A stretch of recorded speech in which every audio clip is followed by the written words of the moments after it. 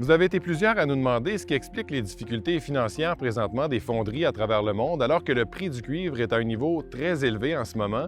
C'est que le cuivre est peu disponible un peu partout dans le monde, donc les fonderies à travers le monde se font compétition pour tenter d'obtenir ce cuivre, puisqu'une mine importante a fermé ses portes d'ailleurs au cours des derniers mois. Donc ça fait en sorte que ce prix, qui était normalement un prix à la tonne que vont demander les fonderies aux mines pour traiter leur cuivre, a énormément baissé. En 2023, on était à 80 $ la tonne, ce prix, et il a baissé graduellement pour se retrouver même à un niveau négatif en ce moment en Asie-Pacifique. Ce que ça veut dire, c'est que les fonderies chinoises en ce moment sont même prêtes à payer pour recevoir le cuivre. Donc évidemment, ça fait en sorte qu'on se retrouve dans une situation financière difficile pour les fonderies un peu partout dans le monde.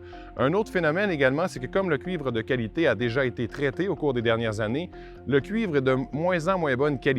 Donc, ça fait en sorte que les fonderies vont émettre davantage d'émissions, comme l'a bien expliqué la journaliste Diane Bérard à RDI Économie. Les minéraux qui restent dans les mines à travers le monde sont remplis de déchets miniers. Donc, plus ça va, plus on va avoir des matériaux contaminés.